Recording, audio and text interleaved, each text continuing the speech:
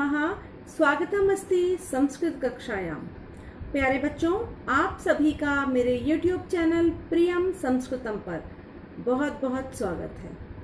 बच्चों, आज मैं आप लोगों को आपकी जो विशेष परीक्षा प्रणाली है, जो सत्र 2021 और 22 के लिए CBSE ने डिसाइड किया है, उसके विषय में हम थोड़ी सी बात करेंगे।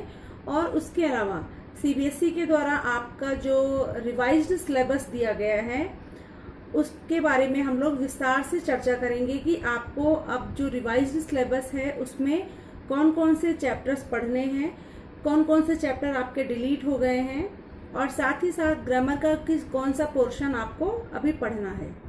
तो सबसे पहले हम बात करते हैं CBSE के द्वारा जो स्पेशल पॉलिसी लाई गई है एग्ज़ाम की, उसके विषय में बात करते हैं। आप इस बार जो बच्चे सत्र 2021 और 22 की परीक्षाएं देंगे, उनके लिए कुछ नया पेपर पैटर्न लाया गया है।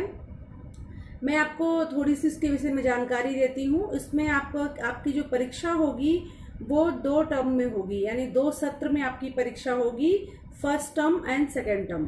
फर्स्ट टर्म में जो परीक्षा होगी उसका समय होगा 90 मिनट का, और इसमें आपका जो पाठ्यक्रम निर्धारित किया गया है, आपके पूरे सिलेबस का जो 50% सिलेबस है वो आपका फर्स्ट टर्म में आएगा।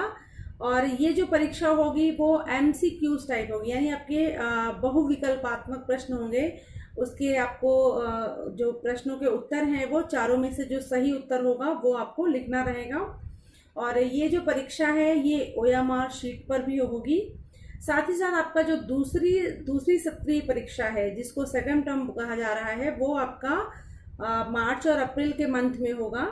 और इसमें आपसे दीर्घ उत्तरीय जो प्रश्न होते हैं, यानी डिस्क्रिप्टिव जो आपका एग्ज़ाम होगा वो सेकंड टर्म में होगा आपका। और इसमें भी इस परीक्षा में भी जो आपका 50% सिलेबस डिसाइड किया गया है वो पूछा जाएगा। तो अभी हाल में ही CBSE के द्वारा जो नया रिवाइज्ड सिलेबस दिया गया है, हम लोग उस पर आज विस्तार से चर्चा करेंगे। तो आइए शुरू करते हैं। 9वीं कक्षा का रिवाइज्ड सिलेबस सत्र 2021 और 22 के लिए। बच्चों, आपकी 9वीं कक्षा का जो पाठ्यक्रम है वो मैंने पहले भी उस पर एक वीडियो बनाया था। जब CBSE ने स्टार्टिंग में मार्च में जो सिलेबस डिसाइड किया था, उसको बेस बनाकर मैंने वो वीडियो बनाई थी। उसमें आपका पूरा सिलेबस ऐड था, शेमुश्री के सारे चैप्टर्स उसमें लिए गए थे, और ग्रामर का भी पूरा पोर्शन था उसमें। अभी जो सिलेबस आया है, जो लेटेस्ट सिलेबस दिया गया है, इसमें से काफ़ी पार्ट जो है वो हटा दिया गया है। तो हम शुरू करते हैं पहले प्रश्न से। जो पहला प्रश्न आपका संधि कार्यम है, उसके अंतर्गत अब आपसे स्वर संधि में सिर्फ 2-3 संधियां पूछी जाएंगी, दीर्घ, गुण और अयादि। इसके बाद व्यंजन संधि में पहला नियम है वर्गीय प्रथम वर्णस्य तृतीय वर्णे परिवर्तनम, ये वाला नियम, और दूसरा है मा स्थाने अनुस्वारः। ये 2 संधियां पूछी जाएंगी व्यंजन संधि में। और विसर्ग संधि में सिर्फ एक नियम आपको पढ़ना है, वो है उत्तम। विसर्ग को यहाँ पर ऊ हो जाता है, ये नियम आपको पढ़ना है। इसके बाद शब्द रूप के अंतर्गत अकारांत पुल्लिंग शब्द, उकारांत पुल्लिंग शब्द, आकारांत स्त्रीलिंग, ईकारांत स्त्रीलिंग और सर्वनाम शब्द, ये पूछे जाएंगे। इसमें से पहले बहुत सारे शब्द रूप आपके इसमें दिए गए थे जो अब हटा दिए गए हैं। फिर है प्रश्न संख्या 3 जो आपका धातु रूप का आएगा। इसमें से कुछ धातुएं हैं, जैसे पठ, गम, वद, भू, क्रीड, नी, दृश, अस, क्री, पा और सेव और लब धातु। आत्मनेपदी में सिर्फ 2 धातुएं पूछी जाएंगी, सेव और लब। और परस्मैपदी में जो मैंने आपको ऊपर नाम बताए हैं, इन धातुओं के 5 लकारों के रूप पूछे जाएंगे। इसके बाद कारक उपपद विभक्ति के अंतर्गत द्वितीय विभक्ति में आपको क्या क्या पढ़ना है, परितः, निकषा, प्रति और विना, ये 4 नियम पढ़ने हैं। तृतीया में आपको सह, समम, सार्धम, विना, अलम और हीन। चतुर्थी के अंतर्गत रुच, दा, नमः और कुप। पंचमी में विना, बही, भी और रक्ष, इन धातुओं के नियम पढ़ने हैं। षष्ठी विभक्ति में आपको ऊपरी, अधः, पुरतः, पृष्ठतः। और सप्तमी में स्नेह, निपुण और विश्वस, इनके साथ में जहां पर सप्तमी का प्रयोग होता है, सप्तमी विभक्ति का, वो ये नियम आपको पढ़ने हैं। प्रत्यय के अंतर्गत अब आपको केवल 4 प्रत्यय पढ़ने हैं, त्वा, तुमुन, ल्यप और तवतु। इसके पहले जो आपका सिलेबस था उसमें सत्र, शानच और भी बहुत सारे प्रत्यय दिए गए थे। अब आपको केवल 4 पढ़ने हैं, त्वा, तुमुन, ल्यप और तवतु। इसके बाद संख्या में आपको कोई परिवर्तन नहीं किया गया है, 1 से 100 तक की संख्याएं आपको पढ़नी है। उपसर्ग में बहुत चेंज किया गया है, पहले आपके उसमें पूरे 22 उपसर्ग आपको पढ़ने थे। अभी जो यहाँ पर नाम दिया गया है वो है आ, वि, प्रति, उप, अनु, निर, प्रा, अधि, अप, नि और अब। ये इतने उपसर्ग आपको पढ़ने हैं। फिर है प्रश्न संख्या 8 में जो आपका प्रश्न निर्माण के लिए पंच प्रश्नानाम निर्माणम, ये वही रहेगा जैसे आप पहले आप करते आए हैं। इसके बाद है शब्दार्थ चयनम, फिर है भाषिक कार्याय तत्वानि पाठाधारितानि, पठिता और बोधन से आएगा। ये इसमें आपको कर्तृपद, क्रियापद, विशेषण विशेष से विलोम पद, ये सारी चीजें पूछी जाएंगी। अब आते हैं मुख्य विषय पर, जो आपके प्रथम सत्र की जो परीक्षा होगी नवंबर और दिसंबर के महीने में, इसमें आपके कौन कौन से चैप्टर आएंगे शेमुसी से। तो ये आपके इस बार जो चैप्टर निर्धारित किए गए हैं उसमें है प्रथमः पाठः भारती वसंत गीति, द्वितीयः पाठः स्वर्णकाकः, तृतीयः पाठः गोदोहनम और पंचमः पाठः सूक्ति मौक्तिकम। आपको ये 4 पाठ पढ़ने हैं प्रथम सत्र की परीक्षा के लिए। इसमें से आप देख सकते हैं कि चौथा पाठ जो है वो आपका हटा दिया गया, डिलीट कर दिया गया है।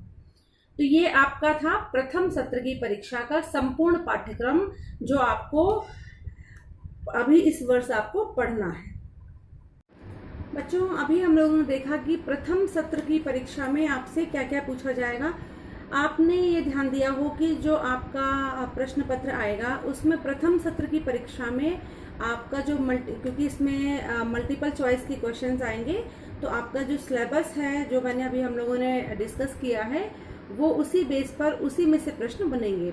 अब हम आते हैं इसके बाद आपके वार्षिक परीक्षा यानी जो आपका द्वितीय सत्र होगा उसके लिए क्या क्या पाठ्यक्रम निर्धारित किया गया है आपकी क्लास के लिए। इसमें सबसे पहले है अपठित अवबोधनम।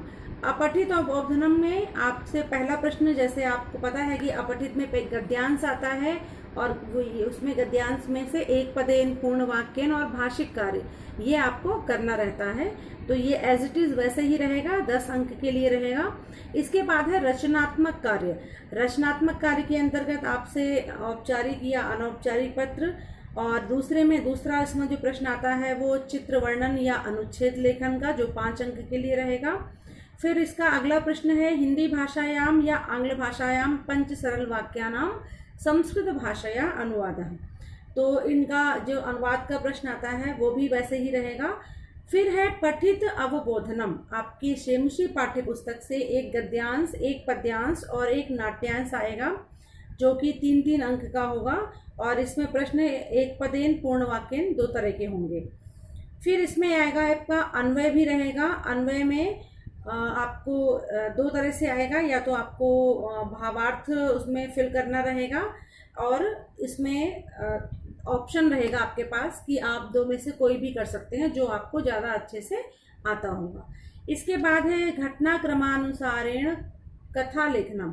घटनाक्रम के अनुसार कथा लेखन, जैसे कि आपने पहले भी पढ़ा है कि आपकी शेमुषी की पुस्तक से कोई भी कहानी का पाठ होगा, उसकी कुछ लाइन्स ली जाएंगी और उनको आगे पीछे करके लिखा जाएगा। आपको क्या करना है, उनको सही सीक्वेंस में अपनी आंसर शीट में उनको लिखना होगा।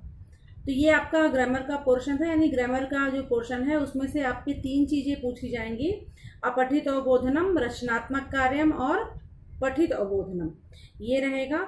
और शेमुषी की जो पाठ निर्धारित किए गए हैं वार्षिक परीक्षा के लिए, उनमें है षष्ठः पाठः भ्रांतो बालः, नवमः पाठः सिक्ता सेतुः, 10मः पाठः जटायोः शौर्यम और 11दशः पाठः पर्यावरणम। ये 4 पाठ जो हैं वो आपकी फाइनल परीक्षा यानी वार्षिक परीक्षा के लिए निर्धारित किए गए हैं। और इसके अलावा हमने फर्स्ट टर्म में भी देखा कि उसमें भी आपके 4 पाठ हैं, पहला, दूसरा, तीसरा और 5वां। चौथे पाठ को हटा दिया गया है। तो ये आपका पूरा सिलेबस है जो आपको टर्म वाइज पढ़ना है कि फर्स्ट टर्म में आपको कौन सा कितना सिलेबस पढ़ना है और सेकंड टर्म के लिए आपको किस तरह से तैयारी करनी है। और बच्चों जो आपके जो पहला सत्र की जो परीक्षा होगी, पहले सत्र की फर्स्ट टर्म की, उसके जो मार्क्स होंगे वो आपके एनुअल एग्ज़ाम में जुड़ेंगे। तो आपको बहुत अच्छे से तैयारी करनी है और ये आपके लिए एक सुविधाजनक कार्य भी हो गया है कि आप ऐसे आप क्या करते थे, आपको पूरा सिलेबस पढ़ना होता था, चाहे आप हाफ ईयरली एग्ज़ाम दे रहे हो या फाइनल दे रहे हो। अभी आपके लिए सुविधा ये हो गई है कि आपका जो सिलेबस है वो रिड्यूस कर दिया गया है, कम हो गया है। और प्रथम सत्र का सिलेबस अलग कर दिया गया है, द्वितीय सत्र का अलग कर दिया। तो आपके दोनों टर्म में आपको अलग अलग सिलेबस पढ़ना है। तो इसमें क्या होगा, आपके लिए एक बहुत अच्छा काम हो गया कि आपको कम सिलेबस पढ़ना होगा, जिससे कि क्या होगा कि आप अपनी परीक्षा में और अच्छा परफॉर्म कर पाएंगे। तो बच्चों ये हम लोगों ने डिसाइड किया है 9th क्लास का संस्कृत विषय का टर्म वाइज जो सिलेबस CBSE ने जारी किया है, उसके आधार पर हम लोगों ने आज इसको पढ़ा है। आशा करती हूँ आप सभी को ये वीडियो पसंद आएगी। अगर आपको फिर भी कोई संदेह है, कोई कन्फ्यूज़न है, कोई डाउट है, तो आप मुझसे पूछ सकते हैं।